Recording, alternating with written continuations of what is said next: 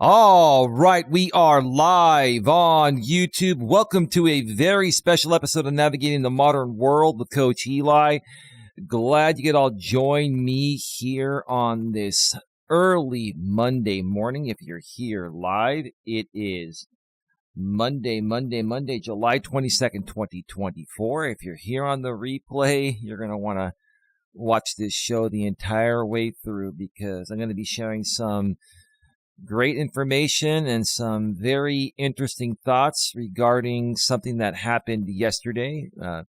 President Joe Biden has dropped out of the race for re-election, and there's a lot going on. I'm going to put my own spin on it from the liberal standpoint because most people out here on YouTube are coming at it from the conservative standpoint. So we're going to come at it from the liberal standpoint, and we're going to be very, very fair and unbiased. But before we get to all that, first of all, let me make sure that everything is rolling smoothly here. Let me check out the back end of YouTube and make sure it's rolling well, and it looks like it is. And let me also make sure that the YouTube notification has gone out, and it looks like it has. Let me do a sound check. You're going to want to watch this show the entire way through because I'm going to be sharing some great information and some very... All right, all is well, all is rolling well, and we are ready to rock and roll. I'm going to start off by saying, wow. I have to say, wow, regarding events that have transpired within our U.S. government over the last little less than 24 hours ago, as of the time I'm doing this show live. I heard about President Joe Biden dropping out of the race for re-election against former President Donald J. Trump. I heard about it when it happened. It was going viral all over YouTube. Every major news station was covering it live. It was just crazy happening in real time. And typically I like to jump on the bandwagon and, share my thoughts regarding this. But this time I decided to just step back and watch a little bit more, let everyone else have their say, and then come at it after there's more information. I'm learning to be a little more patient when, doing certain topics, especially politics. And boy, have a lot of things transpired. And I was also able to think about what actually happened here, why this happened. I'm going to put my spin on why it happened. And how is this going to affect the race for the presidency, which is, I believe, 105 days away, less than 4 months away. We're less than 4 months away, and President Joe Biden decides to, drop out of the race, step down pretty much. Wow. I've got a lot to go over. I'm hoping to get through it in an hour and a half to 2 hours. I might be here a little bit longer. I'm a little bit tired, but I really felt the need to get this out at this point so people can watch this replay throughout the rest of today. So let's get to the topic of this show is an honest, in-depth liberal view on what happens next after Biden drops out of race for re-election. One more time, an honest, in-depth, let's try that again. An honest, in-depth liberal view on what happens next after Biden drops out of race for re-election. I've got a bunch of articles to go over. And I'm going to get right to it in a second. I'm going to go through about half of the articles. I've got about 9 articles to go through, and I'm going to go through 4 or 5 of them, take a break, and then come back after the break and do the remainder of the articles. Because we're going to be talking about President Joe Biden. We're going to be talking about Vice President Kamala Harris, who is being endorsed by Joe Biden to, basically step in and take over and run for president. We're going to talk about Donald J. Trump. We're going to talk about J.D. Vance, Trump's vice president nominee. And yeah, give me a second. Sorry, I thought I heard something. We're all good. And President Trump's VP nomination, J.D. Vance, is someone that said a lot of nasty things about Trump in the past. We're going to go over that. And it's funny how, Trump chooses him to be his running mate. You can't ask for a more stranger election year here, a stranger race. Lots of crazy things happening within our government here in the U.S. And I have to say, there's more drama in our government right now than anywhere else. This is like drama. This is drama galore. But I think it's all going to pan out in the end. And I think it's going to pan out in the end for Democrats. I don't think Donald J. Trump is going to win this election now that Joe Biden has stepped out of the race. Especially if Kamala Harris is, running against him.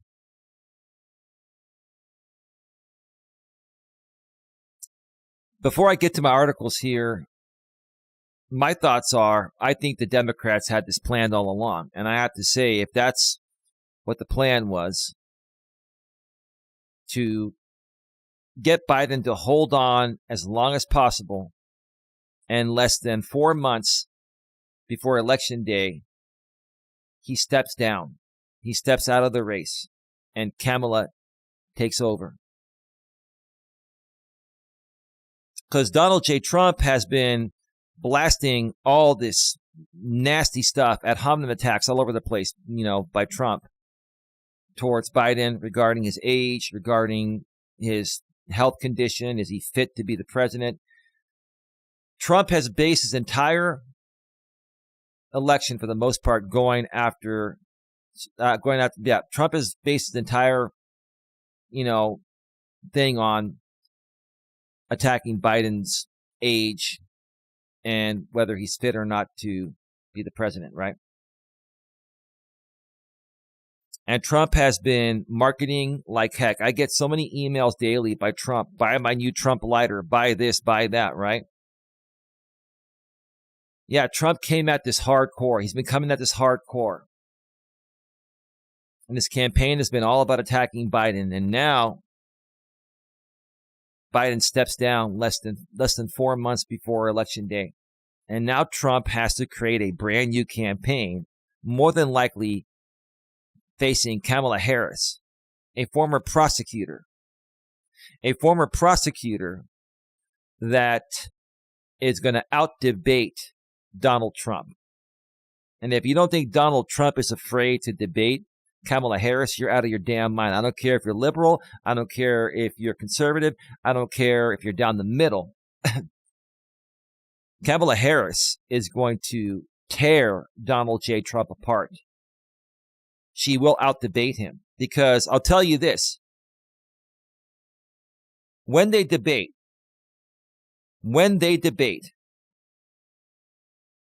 it's not going to be about a debate. It's going to be about putting Donald J. Trump on trial. Oh, my God. I can't wait to see this. Honestly, I cannot wait to see the debates between Kamala and Donald. Wow. So I'm going to be bold and come out and make a prediction here. I'm going to make a prediction that Kamala Harris will be the next president of the United States of America. She will be the first female president in the U.S. She will defeat Donald J. Trump. And Donald J. Trump is going to whine and complain like a little kid because he's going to get beaten by a woman. A woman I respect far more than I will ever respect this guy, based on the kind of person he is, his lack of professionalism, okay, his selfishness, yada, yada, yada, his criminal activities, etc., right? So that's my prediction that Kamala Harris will win this race. So without further ado, let's go ahead and switch on over to the browser screen and let's get started here because there's a lot to go over. The first thing I'm going to go over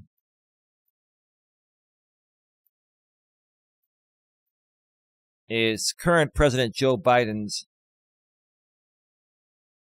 letter that he put out on Twitter X yesterday regarding him stepping down. Let's read this, okay? Let's see if we can even... Is there a way we can zoom in on this? Let's go back here. This will be easier to read this way. Okay.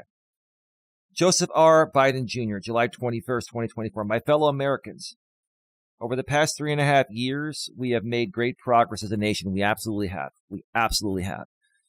We had a major pandemic, and even before Biden took over office, while Donald J. Trump was still finishing up his term after he lost fair and square, we had this major pandemic, and Biden and Harris were already working on getting vaccines, and Trump was out golfing at Mar-a-Lago. He was out golfing during a major pandemic that was 100% real. The people that think this was fake, you're out of your mind. But anyway, you're entitled to your opinions, right? Today, America has the strongest economy in the world. We still do. We still have the strongest economy, even though we're in massive debt and, there's a bit of inflation happening and stuff like that. But we still have the strongest economy in the world. That is true. We've made historic investments in rebuilding our nation, in lowering prescription drug costs for seniors, and in expanding affordable health care to a record number of Americans. Thank you to Obamacare and the Affordable Health Care Act. I've talked about that before. Yes, that is fantastic. We've provided critically needed care to 1 million veterans exposed to toxic substances. Passed the first gun safety law in 30 years, appointed the first African-American woman to the Supreme Court, and passed the most significant climate legislation in the history of the world. America has never been better positioned to lead than we are today. Yeah, I think, Biden, you did as best as you possibly could, right? What more would Trump have done if he was in office, right? I know none of this could have been done without you, the American people. Together, we overcame a once-in-a-century pandemic. I just mentioned that.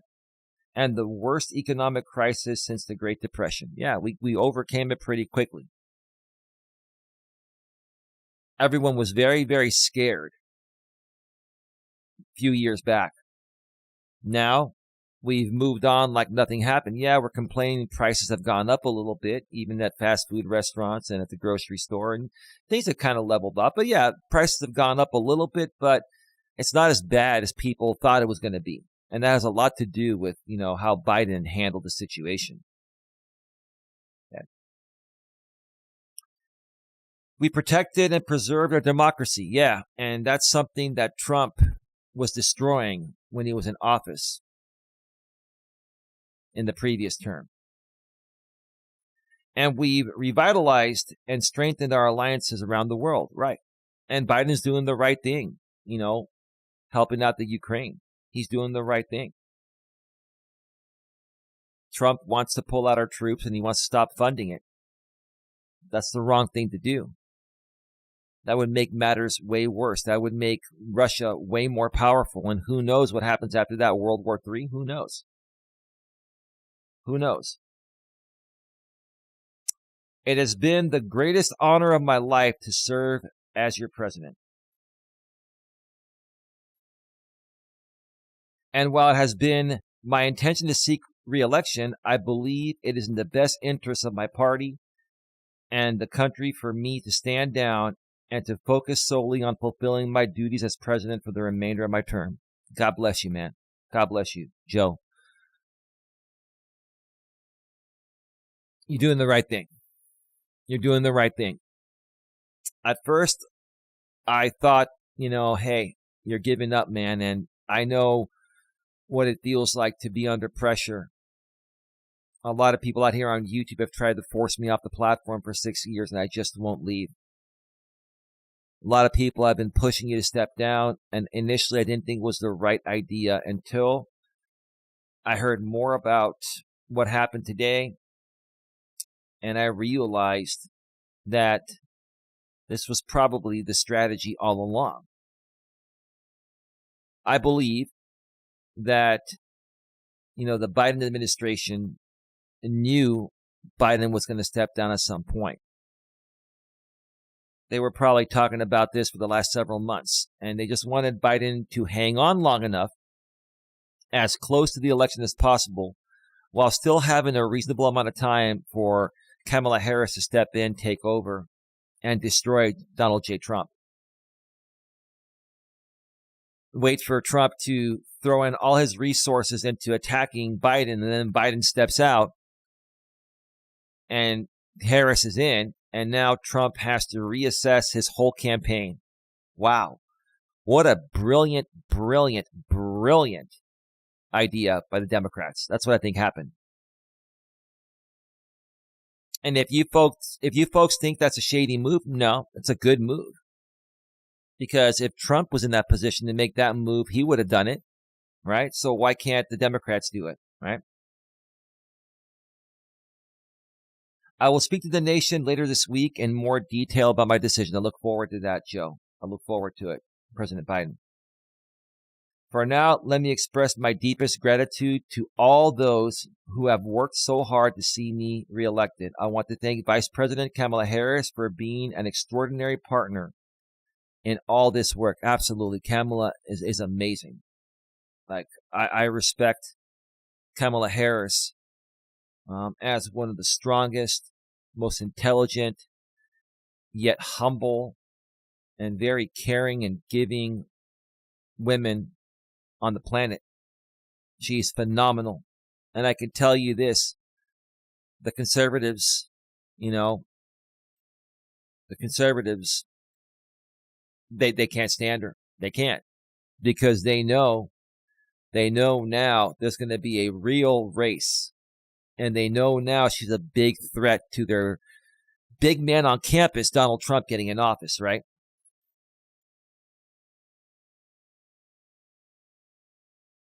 And let me express my heartfelt appreciation to the American people for the faith and trust you have placed in me.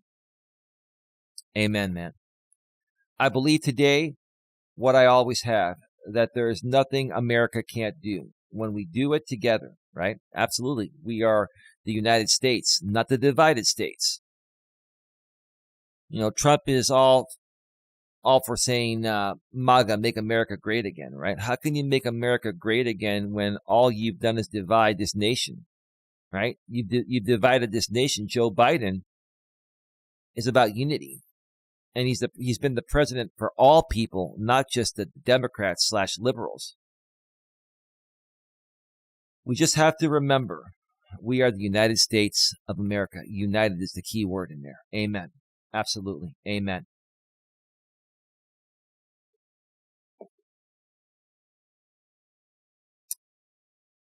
All right.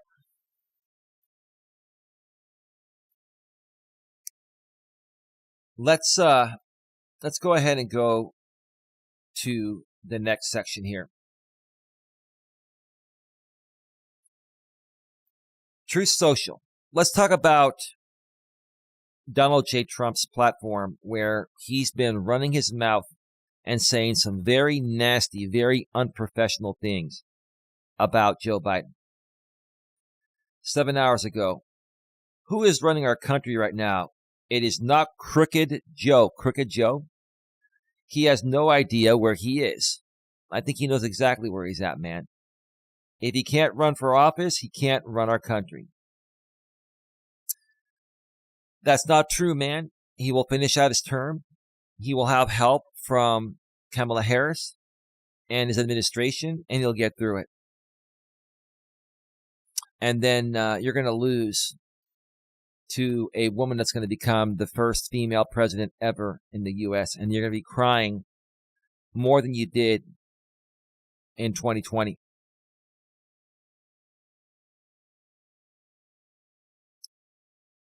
And here's Donald J. Trump saying, Biden never had COVID. He is a threat to democracy. Biden never had COVID. He's a threat to democracy. Yeah. Okay. So let's go over here. Okay. Biden tests positive for COVID. Here are details about his diagnosis and treatment. I'm not going to go through all of this, but look at this here. Okay. President Biden has tested positive for COVID-19. The White House confirmed Wednesday, prompting an array of questions about his health and condition as pressure built on the president ahead of his decision Sunday to end his campaign for re-election. White House Press Secretary Karine Jean-Pierre said the president is vaccinated and boosted and is experiencing mild symptoms. He will be returning to Delaware, where he will self-isolate and will continue to carry out all of his duties fully during that time, she said. The White House will provide regular updates on the president's status as he continues to carry out the full duties of the office while in isolation. And real quick, how is Biden feeling? Mr. Biden's doctor said in a letter Sunday that the president continues to tolerate treatment without any difficulty and will continue Paxlovid as planned. He continues to perform all of his presidential duties. In an update Friday, Mr. Biden's doctor said the president's primary symptoms of hoarseness and cough have improved meaningfully. His pulse, blood pressure, respiratory rate, and temperature remain absolutely normal. His oxygen saturation continues to be excellent on room air. His lungs remain clear. The letter continues. So, Trump, are the doctors lying? Do you think his doctor is lying? Doctors take an oath to, practice properly within the legal limits of the law. So why would you come out here and say Biden never had COVID? I mean, you sound like a bunch of those conspiracy theorists that support you on the alt-right, Trump. 8 hours ago, Trump says it's not over. Tomorrow, crooked Joe Biden is going to wake up and forget that he dropped out of the race today. You are one of the most unprofessional, selfish, egotistical, arrogant, pompous asses that I've ever come across, and many other people agree. This is absolutely unprofessional, folks. Absolutely unprofessional. I don't care if it's his own platform. How can we have a president in office that is a rude, obnoxious, arrogant, pompous ass?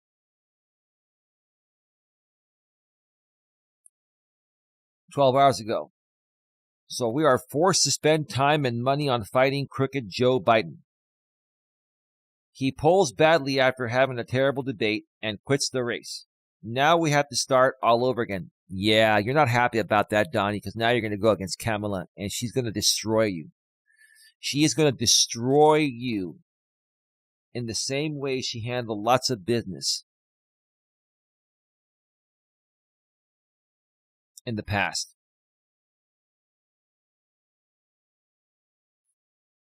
She's going to destroy you, dude. And you're scared. You just don't want to admit it.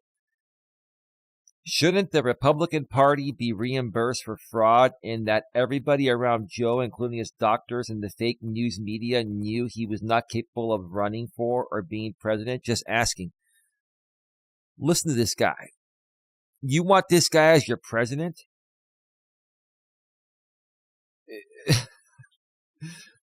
Wow. I mean, I'm at a loss for words. It's rather comical, but it's just ridiculous at the same time. Fake news media? His doctor's lying about having COVID? Maybe he knew he was going to step down. Maybe he didn't. What's wrong? If he played his cards that way against you, you're the shadiest person on the planet, Trump. Maybe you're getting a taste of your own medicine right now. maybe, like I said, the Democrats knew Biden was going to drop out at some point, but they wanted to do it at this point with less than 4 months from the election day, because now you got to start over, make new ads, invest more money, right? And change your strategy. And now you're going to go against a fully competent, coherent, and very intelligent woman that's prosecuted so many people, that's handled so many things in her career. You're scared of Kamala Harris, Donnie. And so are your people. All the conservatives are going to be triggered over this whole thing. They're going to be so triggered. And I'm going to sit back, hold my head up high, and be humble, and just watch them all squirm when you lose. Watch everyone squirm when you lose again for the second time.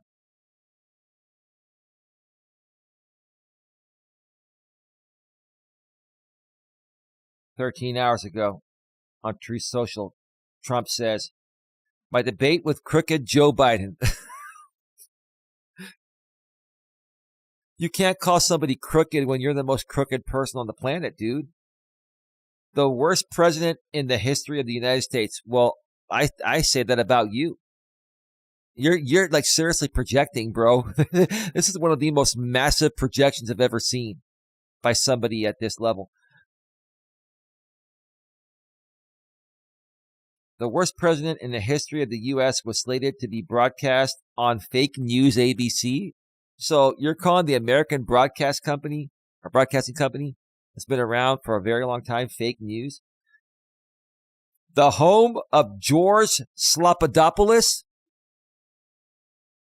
Really?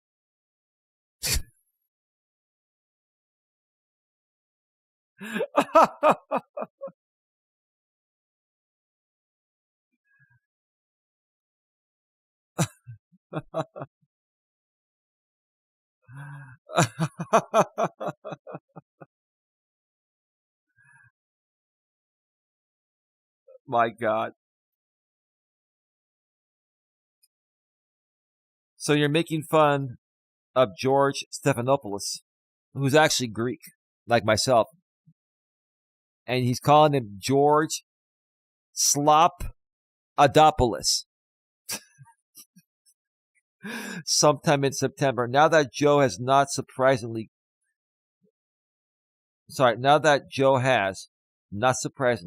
quit the race, I think the debate with whomever the radical left Democrats choose. Oh, God, man, this guy. Well, you're on the radical right. You're on the far right, dude. You're not even a real conservative. You're like on the alt-right, dude, the far right. Should be held on Fox News rather than very biased ABC.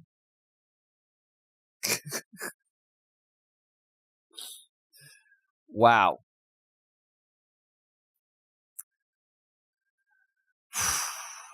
I don't even know what to say. I don't. I'm at a loss for words. 13 hours ago. Whoops. Hold on a second.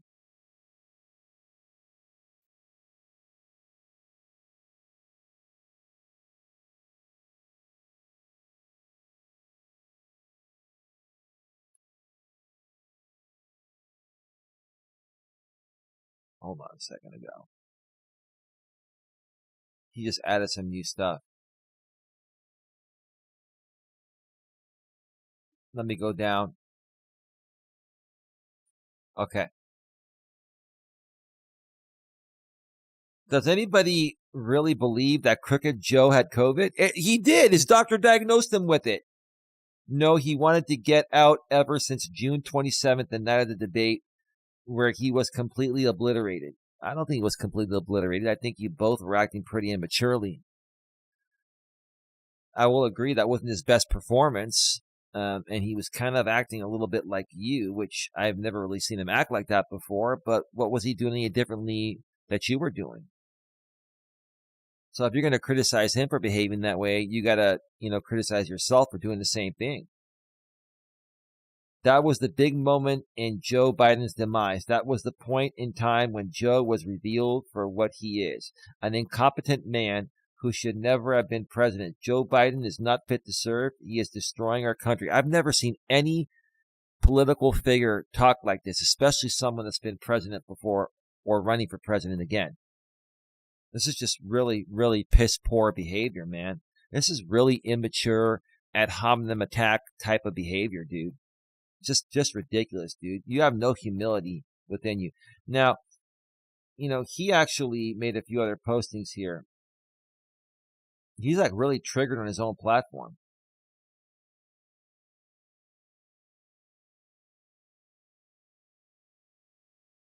I'm going to read one more here on Truth Social.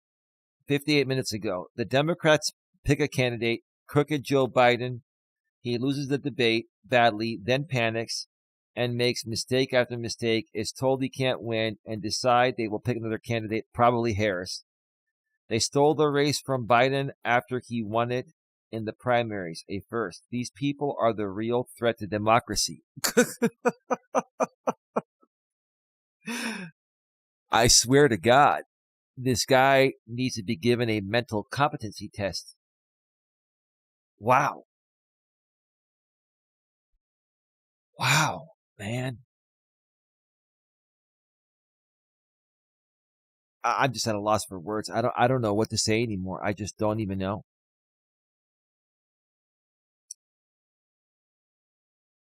Now, another thing real quick here.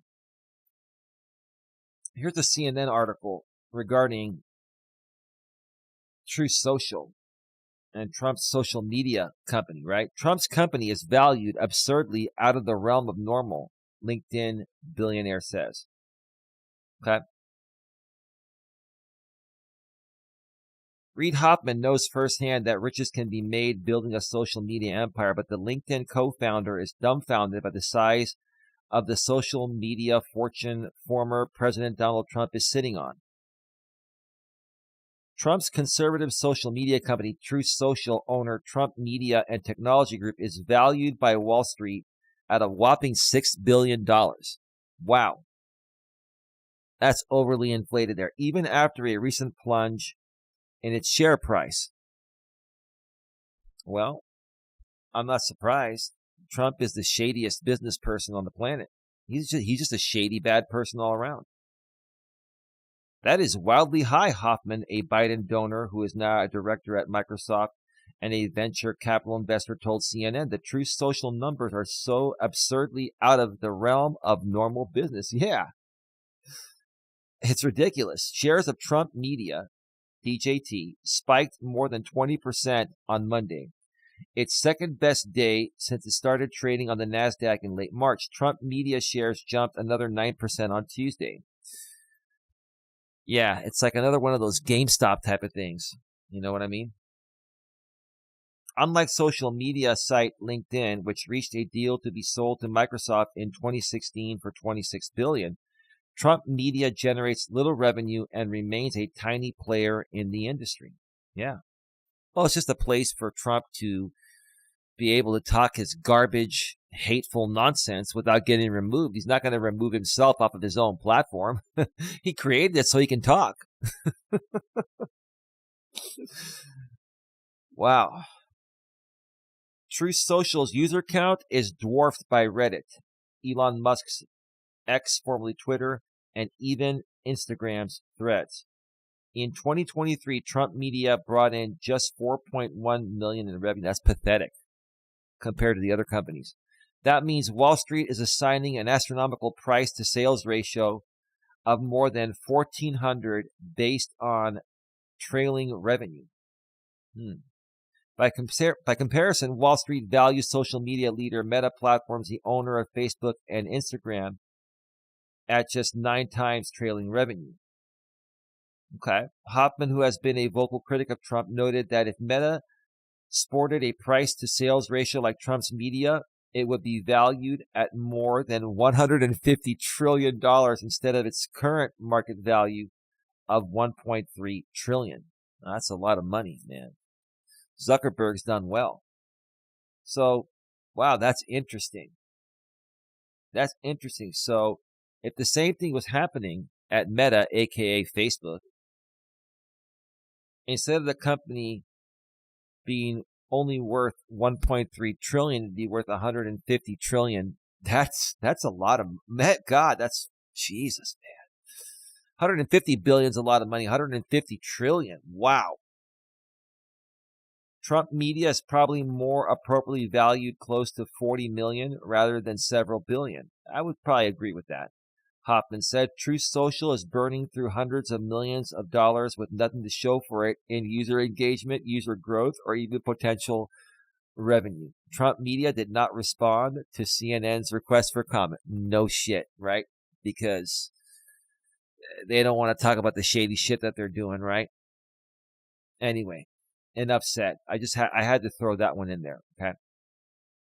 Now, before I take my first break, I'm going to go over one more article here.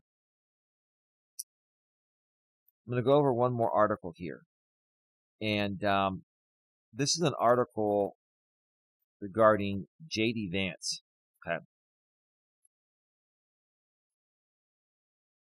It's titled, Every Terrible Thing J.D. Vance Said About Trump Before Becoming His Running Mate. And the author, Bess Levin, this was written July 16th, 2024, literally 4 days ago, or published on that date. She was probably working on it long before. It's a lot of work. She puts at the very top, America's Hitler, anyone? Yeah, I would agree.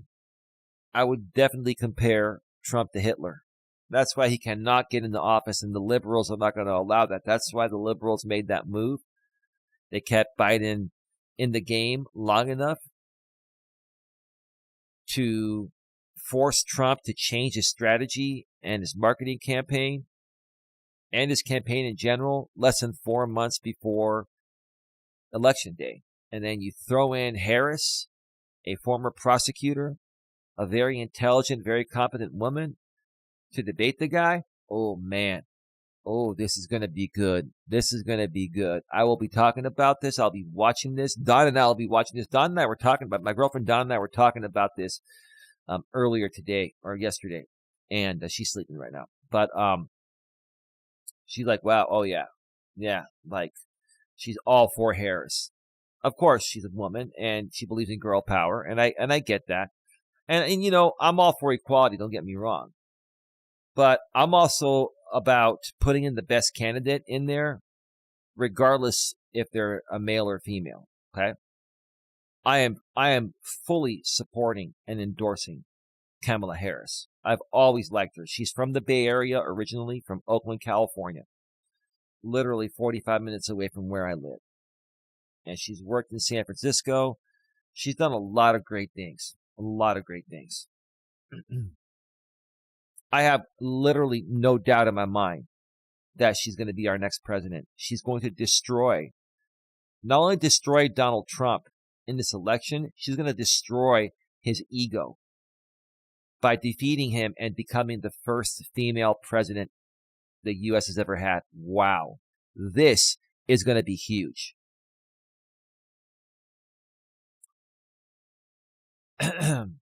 By now, you've likely heard the news that Ohio Senator J.D. Vance is officially Donald Trump's 2024 running mate. Given that Vance's name had long been on the short list of candidates Trump was considering for the job, the news should not come as much of a surprise. But there's one person to whom it will definitely, absolutely be a shock.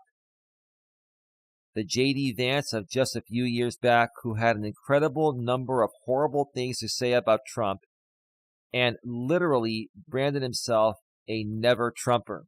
Wow. You sold out, bro. Vance, you sold out because now you have the opportunity to come out on the big stage. I bet you still can't stand Trump. But to have an opportunity to become the vice president and then possibly the president of the U.S. one day, you sold out, dude. You're no different than many people out here on YouTube that sell out for dumb shit. I can't stand a sellout. You sold out, J.D. Vance.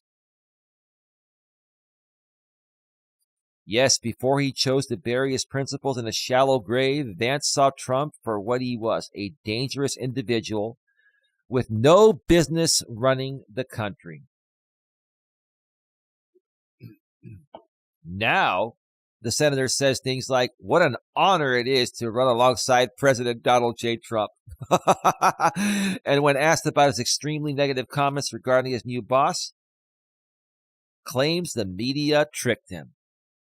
Wow, what a load of shit and garbage, dude. Wow, wow, wow,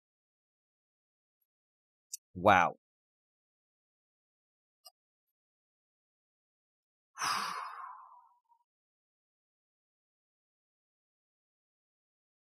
But back then, he thought Trump was just about one of the worst people in history. So for the record, here's what Vance had to say about Trump before he started singing an extremely different tune. Right.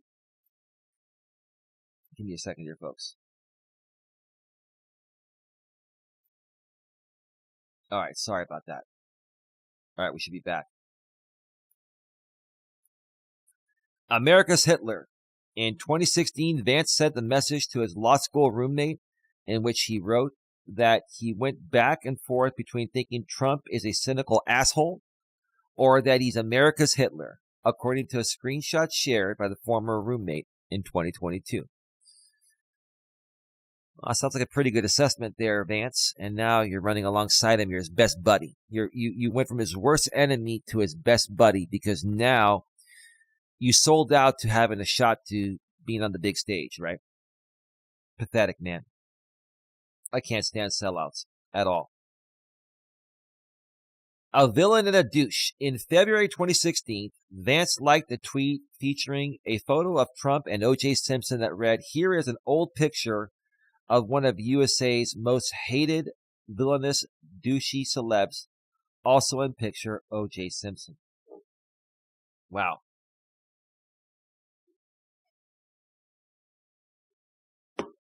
The next one. Unfit to be president. In an April 2016 opt for the New York Times, Vance wrote, "Mr. Trump is unfit for our nation's highest office." Let's continue. J.D. Vance, you sound like a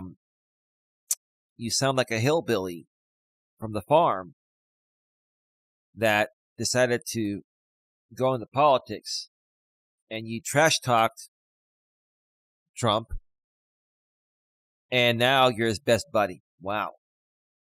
A total fraud. During a 2016 interview, Kentucky radio host Matt Jones told Vance, "I cannot stand Trump because I think he's a fraud." Well, no, you think he is a fraud. He is. He's also a convicted felon with 34 felonies. I think he's a total fraud that is exploiting these people. You nailed it. But now you're selling out for your opportunity on the big stage, Vance. Vance responded, "I do too. I don't think he actually cares about folks. No, he doesn't care about anyone but himself and his money.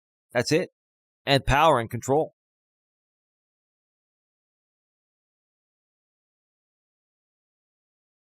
Stomach churning, noxious.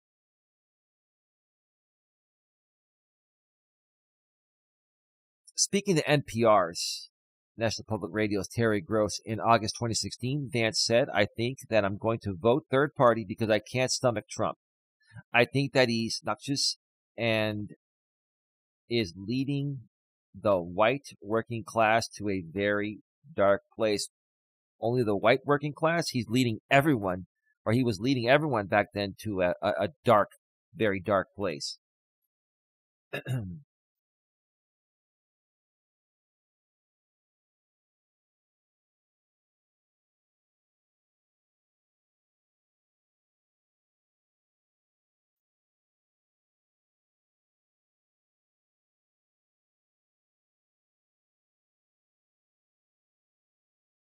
Okay, give me a second here. Never Trump, never liked him. He said, I'm a never Trump guy. I never liked him, Vance told Charlie Rose in October 2016. Reprehensible. That same month, Vance wrote on Twitter, Trump makes people I care about afraid, immigrants, Muslims, etc. Because of this, I find them reprehensible. God wants better of us. Yeah. Someone needs to send Trump this article. I'm sure Trump knows about it. Why would Trump pick a guy that talked all this shit about him? I don't get it. I don't understand. An idiot. My God, what an idiot, Vance wrote on Twitter, also in 2016 in reference to Trump. Well, yeah, he is an idiot. He is. A moral disaster. That nails it right there. In 2017, Vance sent a message to a friend from law school discussing his opposition to the American Health Care Act, the legislation Republicans want to replace Obamacare. Yeah, he tried to mess with Obamacare. I just, wow. Discussing a possible future career as a senator, Vance wrote, can you imagine running as an anti-AHCA populist who thinks Trump is a moral disaster?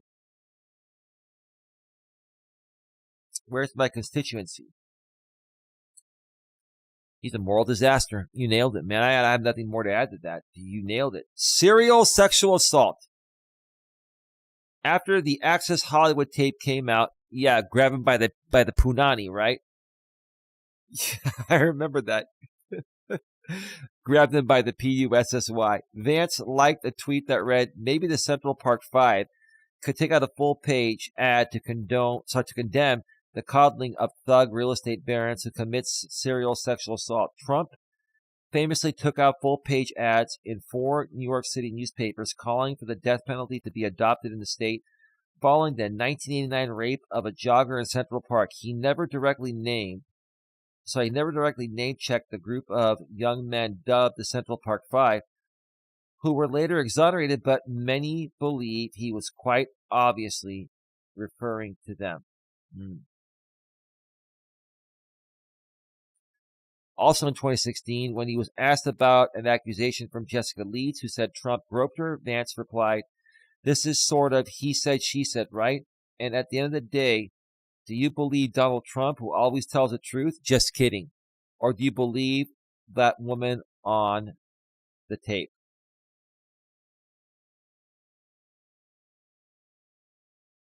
And that's that. Let's go back to full screen. We're going to take a break here in a second.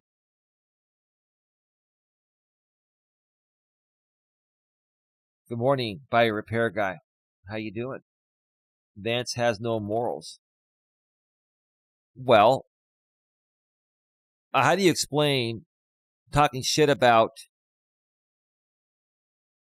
Trump years ago, and now you're his running mate as his vice president? I don't get it, Raleigh. I don't get it. I don't get it. I don't know what to think about the corruption in politics anymore. I mean, this is just really, really bad. This is just, I don't know. I just don't know what goes on in Trump's head. I really don't.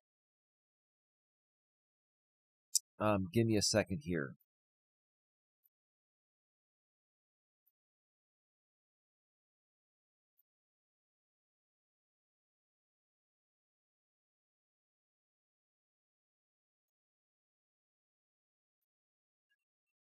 All right.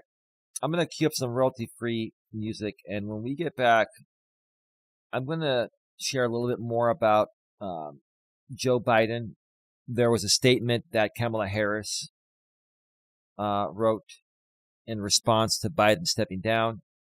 And then I'm going to talk a little bit more about Kamala Harris, her experience, because a lot of people don't know her experience. Many people do, but some don't. And then I'm going to wrap up the show by going over an article regarding Harris and how she's preparing to contrast her record as a prosecutor, with Trump as a felon. That's, oh man, I can't wait to see that, man. I'll tell you, Riley, I cannot wait to see the debates between Harris and Trump. Trump is going to be so triggered, and Harris will be cool, calm, and collected. Oh, man, Harris is going to get the black vote, the Asian vote, and the female vote.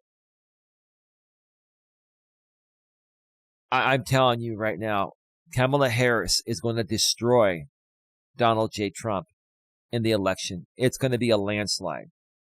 Now, if Biden stayed in, it would have been a lot closer. But I'm telling you right now, Harris is going to destroy this guy with her intelligence.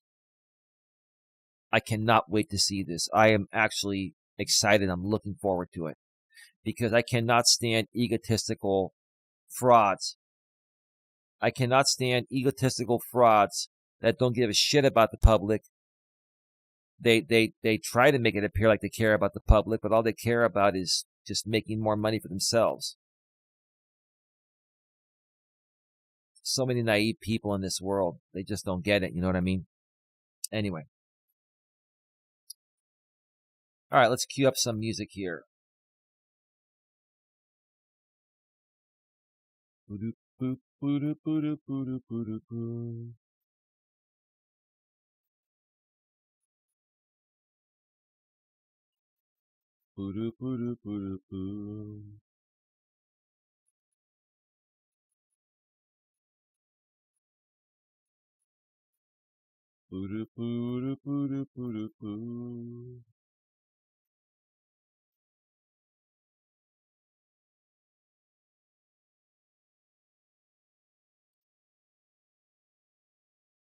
Let's see. Fire repair guy, Raleigh says, I can't support a woman as president. I'm just not going to vote this year.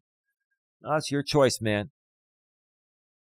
When it comes to women, I look at women, the same way I look at men. Now, we do have our biological differences, and there are some not so good women, and there are also some not so good men out there. Like, I respect men and women that deserve respect. Nothing wrong with Harris running. I mean, I understand you have a difference of opinion. I get that. No worries. I have a lot of respect for Harris, and I think she's going to destroy Trump. She's going to destroy Trump. It's going to be funny to watch. Trump never expected this. The liberals, they set Trump up, and I'm sure they set him up. I'm sure they knew Biden was going to step down, maybe late last year at some point, or earlier this year. And they set him up. Man, they set him up. They flipped the script on him with less than 4 months before the election. Wow. God, man, this is Trump deserves everything he's getting here. And he's going to continue to deserve to get what he deserves. All right, music is all queued up. I'll be back in about 7 or 8 minutes, and we'll continue. Stick around. We'll be right back.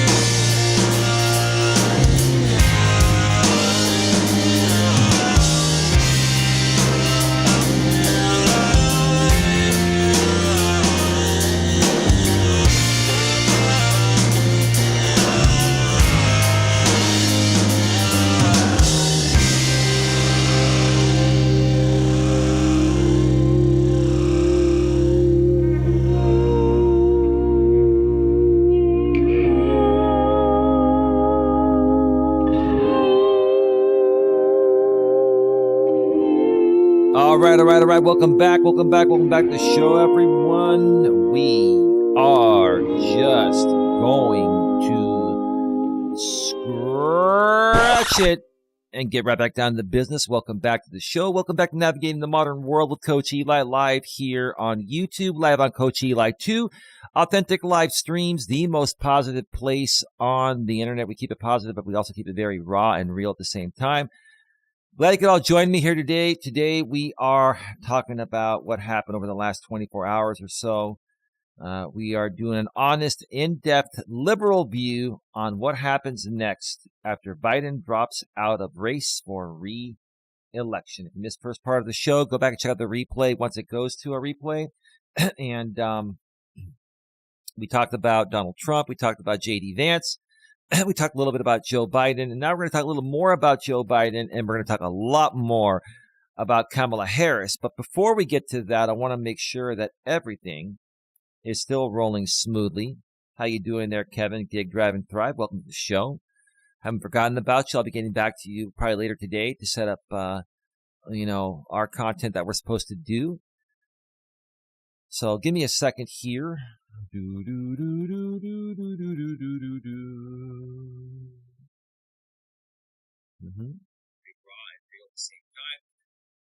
all join me here today. Today we are talking about what happened over the last 24 hours or so. All right, we are good.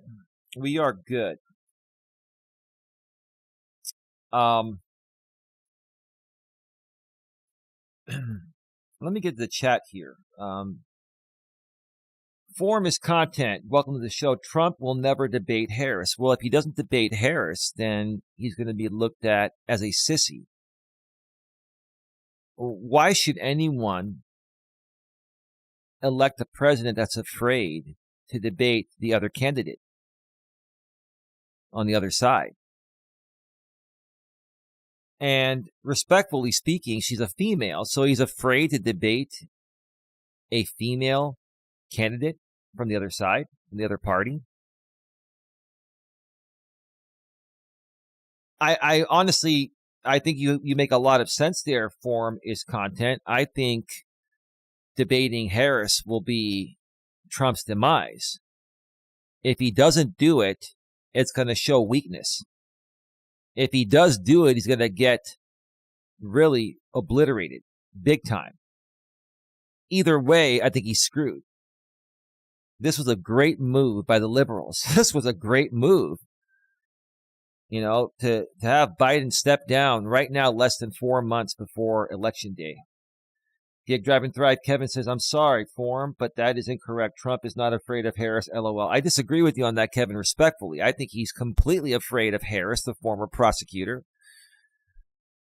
That's going to obliterate him based on everything he's done, including his 34 felonies and a whole lot more. And she's going to trigger the shit out of him live on the air while she stays cool, calm, and collected as always. Gig, Drive, and Thrive says he's not afraid of her. Then diagrams her love for electric buses or what can be unburdened by what has been. LOL. Okay, I mean, you're entitled to your opinions, dude. It's all good. Battery repair guy, I'd rather have Gavin Newsom. Oh, I think Gavin Newsom would make a great president. I think Gavin Newsom would make a wonderful president. That's a good point. He'd make a great president, Raleigh. Gig, Drive, and Thrive. The guy who has led to a deficit in California for the first time in history, that makes sense. Well, we've taken care of a lot of things here in California, bro.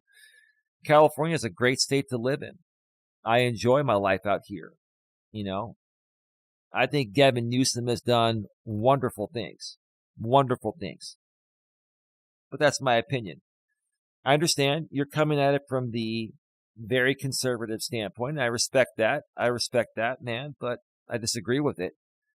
It's all good, though. It's all good. We're all entitled to our opinions, right? We can also respectfully disagree, right? All right, let's get back to the browser screen here.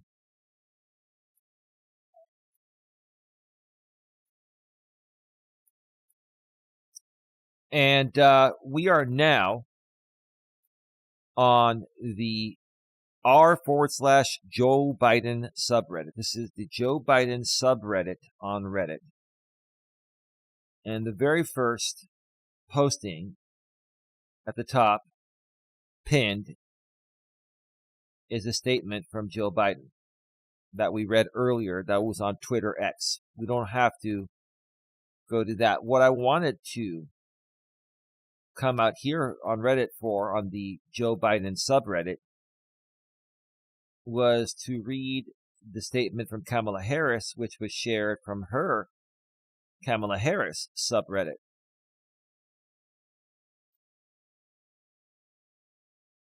Let's read that. Kamala Harris, statement from Vice President Kamala Harris. On behalf of the American people, I thank Joe Biden for his extraordinary leadership as President of the United States and for his decades of service to our country. Yeah, the guy's been an icon for decades in politics and government. His remarkable legacy of accomplishment is unmatched in modern American history, surpassing the legacy of many presidents who have served 2 terms in office. It is a profound honor to serve as his vice president. Give me a second. And I am deeply grateful to the president, Dr. Biden, and the entire Biden family. I came to know President Biden through his son, Beau. We were friends from our days working together as attorneys general of our home states. As we worked together, Beau would tell me stories about his dad, the kind of father and the kind of man he was. And the qualities Beau revered in his father are the same qualities, the same values I have seen every single day in Joe's leadership as president. His honesty and integrity. Absolutely. Now, look, we all have our moments and we've all made mistakes, including Biden. But for the most part, he's been one of the most honest and ethical presidents with great integrity. His big heart and commitment to his faith and his family, and his love of our country and the American people. He's the president of all Americans, not just the president for Democrats. He said it many times. You won't ever hear Trump say that, ever.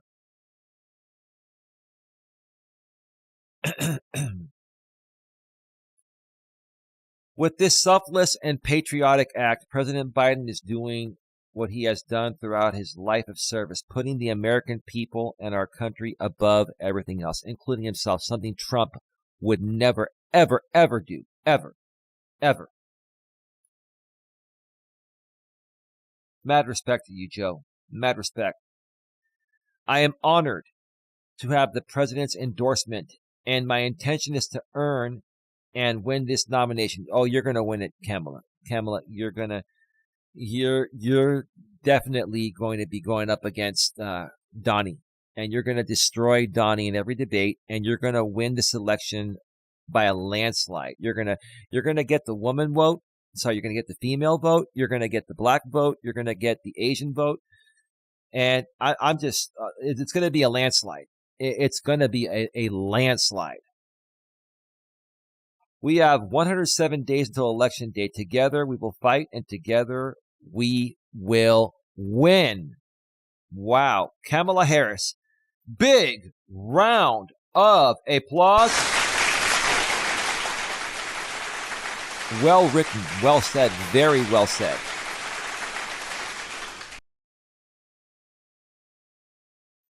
I'm at a loss for words with the amount of respect I have for that woman. A lot of respect. A lot of respect. I actually respect her more than Hillary Clinton. I actually think that if Hillary Clinton were to run again, I think Clinton would get slaughtered. I think Kamala Harris is a much better candidate. And I'm not saying that Clinton doesn't care. Hillary Clinton is just a very rough around the edges type of woman. And for a liberal, that's kind of odd, because I think Hillary Clinton has a lot of conservative attributes with her style of handling things and the way that she talks. Kamala Harris is compassionate, is loving, is and caring, is a family woman. It is just a down-to-earth, good person.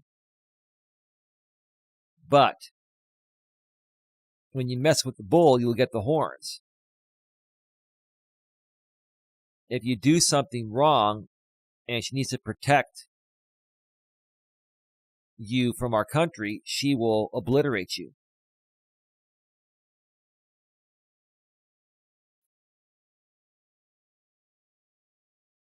Gig, Drive, and Thrive says, I got to get ready for work. Talk later. Sounds great, bro. I'll be in touch, man. Have a good day. Thanks for stopping by, Kevin. Gig, Drive, and Thrive.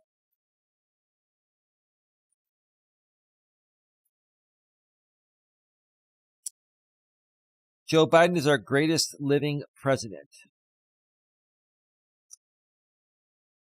I want to just read a little bit of this here.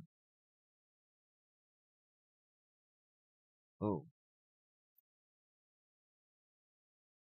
There we go.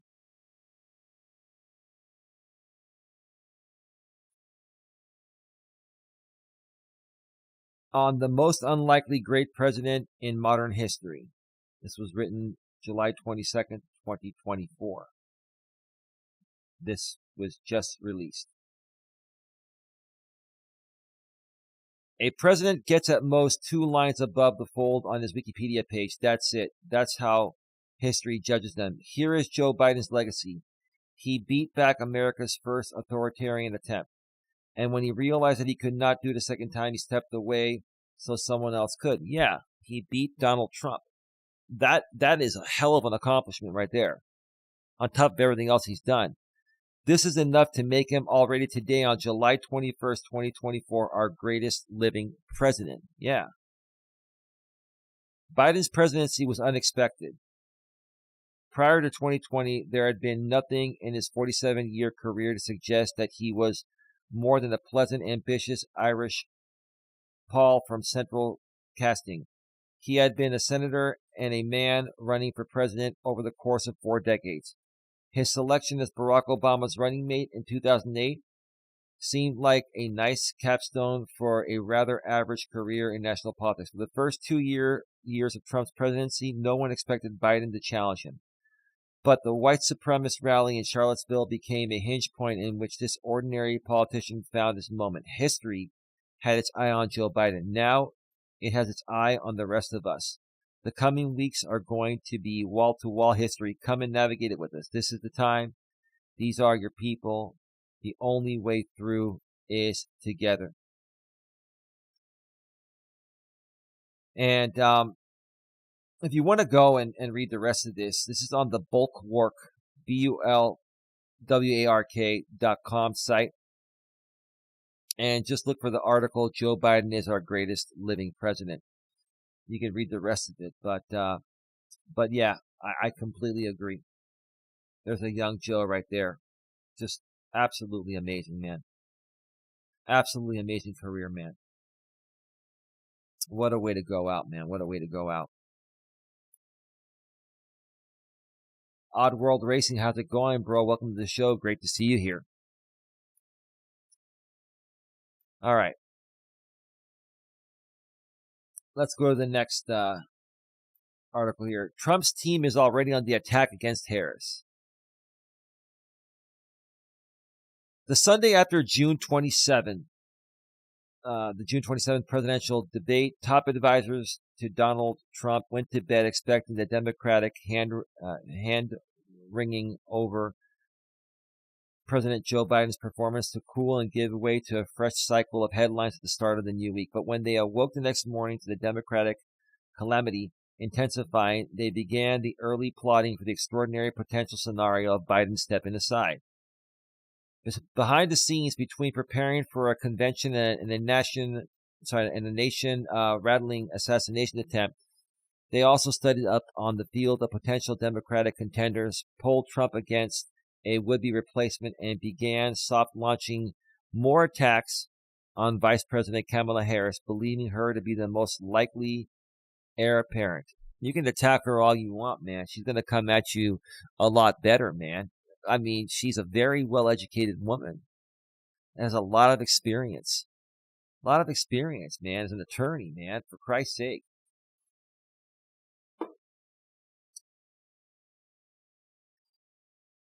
Now, with Biden announcing he won't run for re-election, the seeds of that work are already on display.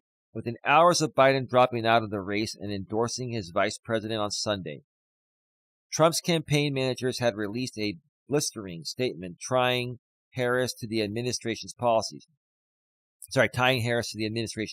Meanwhile, an aligned super PAC has reserved airtime in a handful of swing states to try to define Harris to impressionable voters as someone who enabled a clearly diminished Biden. Oh, okay, so now you're going to try to paint Harris as someone that enabled Biden to continue running the country as someone that was not technically able to do it. That is pathetic. That is such a pathetic attempt to try to discredit her. That's stupid, Trump. It's not going to work. Trump, too, worked quickly to gain the upper hand over whoever his next opponent may be by suggesting the next debate move from the agreed-upon host network, ABC, to the friendlier confines of Fox News. I shared a video on my community wall regarding this other creator that did a whole story on this.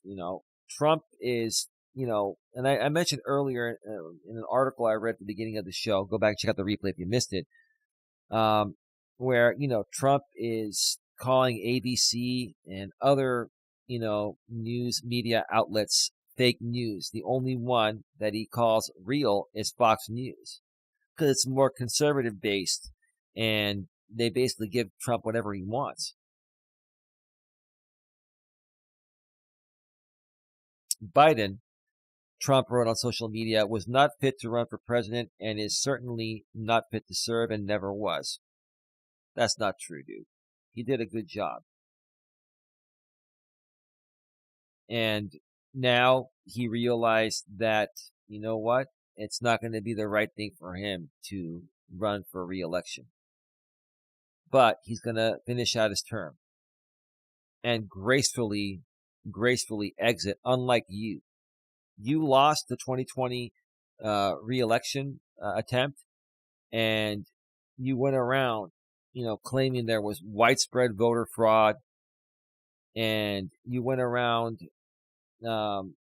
discrediting COVID and going golfing instead of taking care of the pandemic. And then Biden stepped in with Harris and took care of that even before they were inaugurated in the office.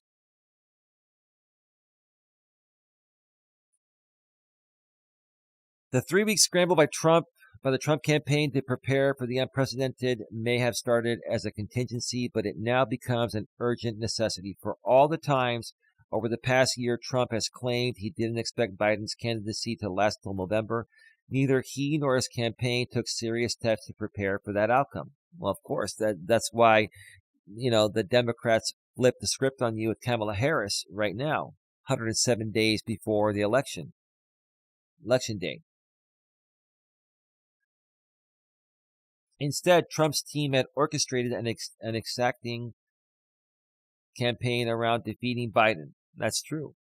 It included millions of dollars already spent on models to predict results in key battlegrounds, putting in place a sophisticated data operation, and readying an advertising blitz to contrast the two candidates. It is a campaign built around the assumption Trump would face an 81-year-old whose physical state and mental acuity had become such an albatross that enough voters would overlook the Republican nominee's many flaws.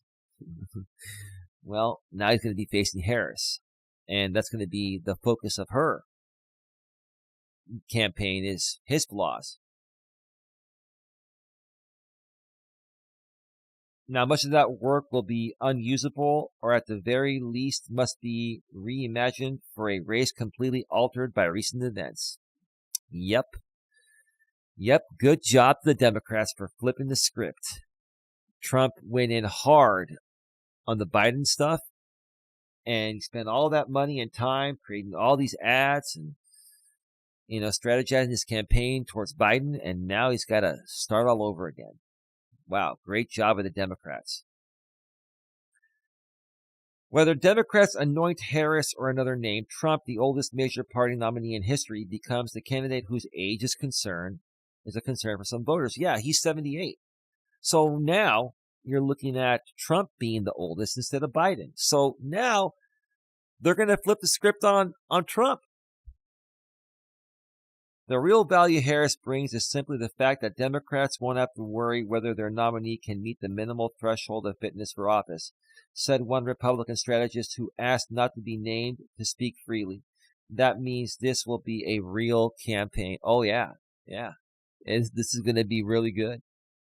But I still think that Harris is going to destroy him. All right, let's go to the next one here. Kamala Harris key fast facts. Let's go over this here real quick. She was born on October 20th, 1964. Okay? Let me see here. In Oakland, California. I've got 2 articles on this. Now, we don't have to read all that. Other facts. First African American, first woman, and first Asian American to become Attorney General of California. First South Asian American Attorney General in the nation. First Indian American and second African American woman to serve as a senator. First African American woman to represent California in the Senate. She is the daughter of Jamaican and Indian immigrants. Grew up attending a Black Baptist church and a Hindu temple. Her name comes from the Sanskrit word meaning lotus flower. Timeline. 90 through 98, serves as Deputy District Attorney for Alameda County, California, which is Oakland and Alameda County, about 45 minutes away from where I live. 1998 is named Managing Attorney of the Career Criminal Unit of the San Francisco District Attorney's Office. 2004 through 2011, District Attorney of San Francisco. 2009, Smart on Crime, a career prosecutor's plan to make us safer, is published. 2011 through 2016, Attorney General of California.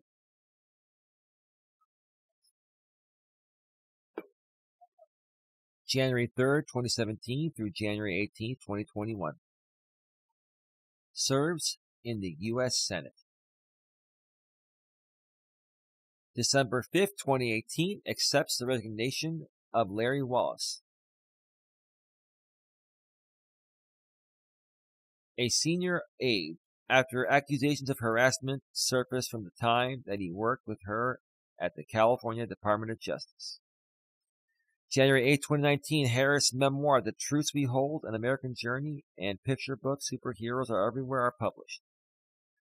January 21st, 2019, announces she's running for president in a video posted to social media at the same time she appears on ABC's Good Morning America.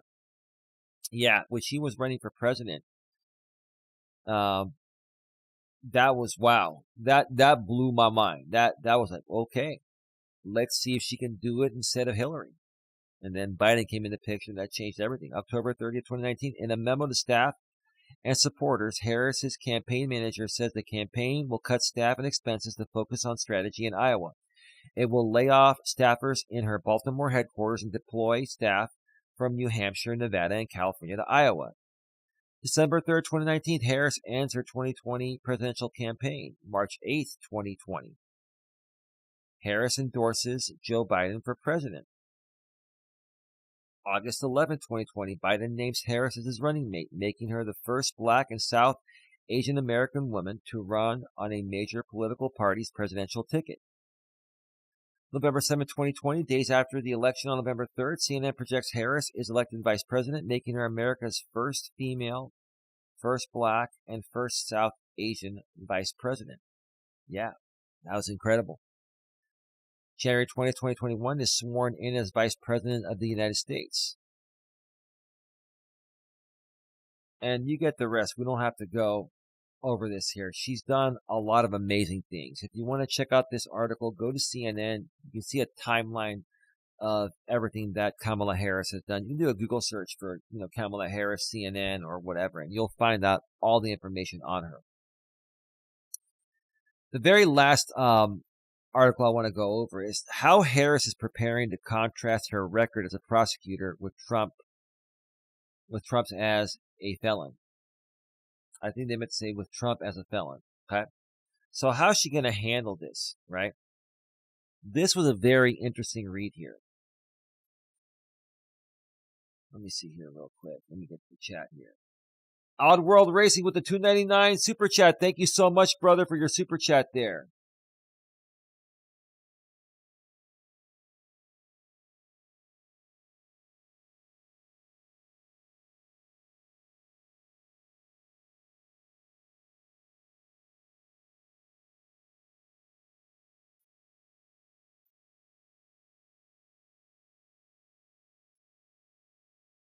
All right. Kamala Harris has spent much more of her life as a prosecutor than as a senator or vice president, and that is exactly how she is going to run against Donald Trump. Yeah, she's going to prosecute him through debates, and if he backs out of the debates, that's going to make him look really bad. Either way, Trump is in a crappy position because either he's going to face Harris and she's going to obliterate him in the debates. It'll be more of like it'll be like more of a trial than a debate. Or if he doesn't do the debates, he'll look like a sissy, and that'll hurt his chances of winning right there. In sessions that were quietly underway at the Naval Observatory, even before Joe Biden's disastrous debate, Harris and her inner circle had already landed on the plan to look past whoever Trump picked as his running mate and focus almost exclusively on the former president. Okay. Very interesting. The vice president had expected that to be part of her role, making the case for Biden. But it became clearer and clearer over the last month that she was likely going to be making the case for herself. So they were already preparing this. And in essence, what they're saying is that they were planning this for many months, probably since the beginning of the year or maybe the end of last year in 2023. Now that Biden has stepped aside, and with even more of her potential opponents planning to endorse her by the end of the day, Monday, over a dozen advisors and close allies told CNN they think her candidacy will lean heavily on her background as a district attorney, attorney general, and cross-examiner in Senate hearings. That's why this woman, listen, you cannot have a better debater than somebody like Kamala Harris with her experience. I mean, it doesn't get any better than that. It doesn't get any better than that. It is simple. They say prosecutor versus felon. Right. Oh, man. That's exactly how it's going to go. This is going to be more of a trial than a debate. Boy, man, this is... I mean, honestly, man, the liberals could not have planned this any better than they did, man. And you know what? Trump and you phony alt-right, Trump-supporting conservatives, you deserve all this. I'm so tired of these liberals. I'm so tired of all these conservatives running their mouths on YouTube. You know, looking at Trump like some Lord, Savior, and Messiah. They're all going to be crying on YouTube when Trump loses again for the second time.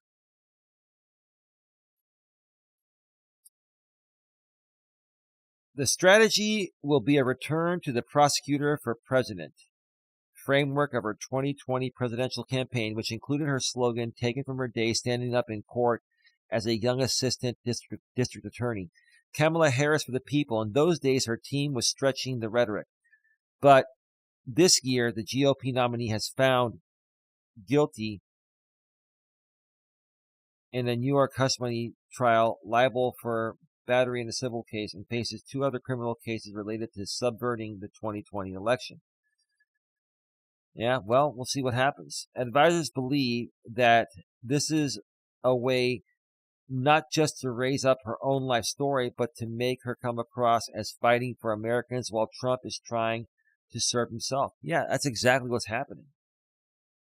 It is also a strategy to play up attributes like strength, intelligence, and toughness that are part of being a prosecutor, but can also be of a commander-in-chief. Yeah. Yeah.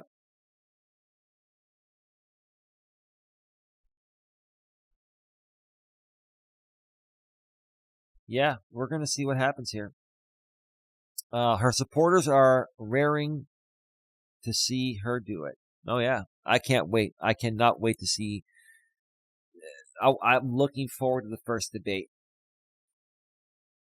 I'm going to be paying close attention to every word Trump says on Truth Social, on any other social media platform, and in the mainstream media. As a former prosecutor, Vice President Harris has a lot of experience holding convicted felons accountable, said Massachusetts Senator Elizabeth Warren, a former primary opponent in the 2020 Democratic race, who quickly endorsed Harris after the news of Biden's decision broke. She was fighting on behalf of abused women. I really like Warren. I like Warren a lot. Still do. She was in the trenches against giant banks. She was out in the middle of multiple fights every day as a prosecutor and then Attorney General in California, Kamala Harris. God bless you. You've done such great stuff for people. Such a selfless woman. The most selfless woman versus the most selfish man. One more time. This is going to be about the most selfless woman against the most selfish man. Okay? Warren noted that she first met Harris before either got to the Senate when she was then setting up the Consumer Financial Protection Bureau, and the then California Attorney General was taking on big banks over the mortgage crisis. It is such a beautiful juxtaposition, said Minnie Tamaraju, I can't pronounce that name, president of Reproductive Freedom for All. Her whole career, she's been taking on tough cases and tough characters like Donald Trump. Her reputation has grown from her success in putting bad guys away, and now she has a chance to put the ultimate bad guy away for good. Yeah, that would be great. So anyway, you get the point there. There's not much more to read there. So yeah, that's exactly what I was thinking. Before I even read all this initially, I was like, yeah, this is exactly what's going to happen. So yeah, this is going to be an interesting race here. It's going to be interesting to see what happens. She will be the nominee. She will, no doubt in my mind, be the nominee. There's no doubt in my mind that she's going to destroy Trump in the debates, unless Trump sissies out and doesn't do the debates. If he doesn't do the debates, he'll look really bad anyway. And I think she's going to destroy Trump in one of the biggest landslides that we've seen in quite some time. So that is that. We are at 1 hour and 35 minutes. This didn't take me as long as I thought it would. Byron Paragraph Raleigh says, Eli, there's something wrong with Kamala. She can't talk. Have you ever listened to her talk? She's worse than Joe. This is going to be a disaster. I disagree with that, Raleigh. Let's see what happens. I can think of a dozen good Democratic candidates, and it wouldn't be her. I think she's the best one for the job, man. That's just my opinion. Let's see what happens. But anyway, folks, I got to get going. I'm going to get some rest. I'll be back later tomorrow with some more content. Please like, share, subscribe, bang the bell, select the notifications. And, yeah, let's see what happens. Have a good one. Take care. And as always, let's go back to full screen. Be good to each other.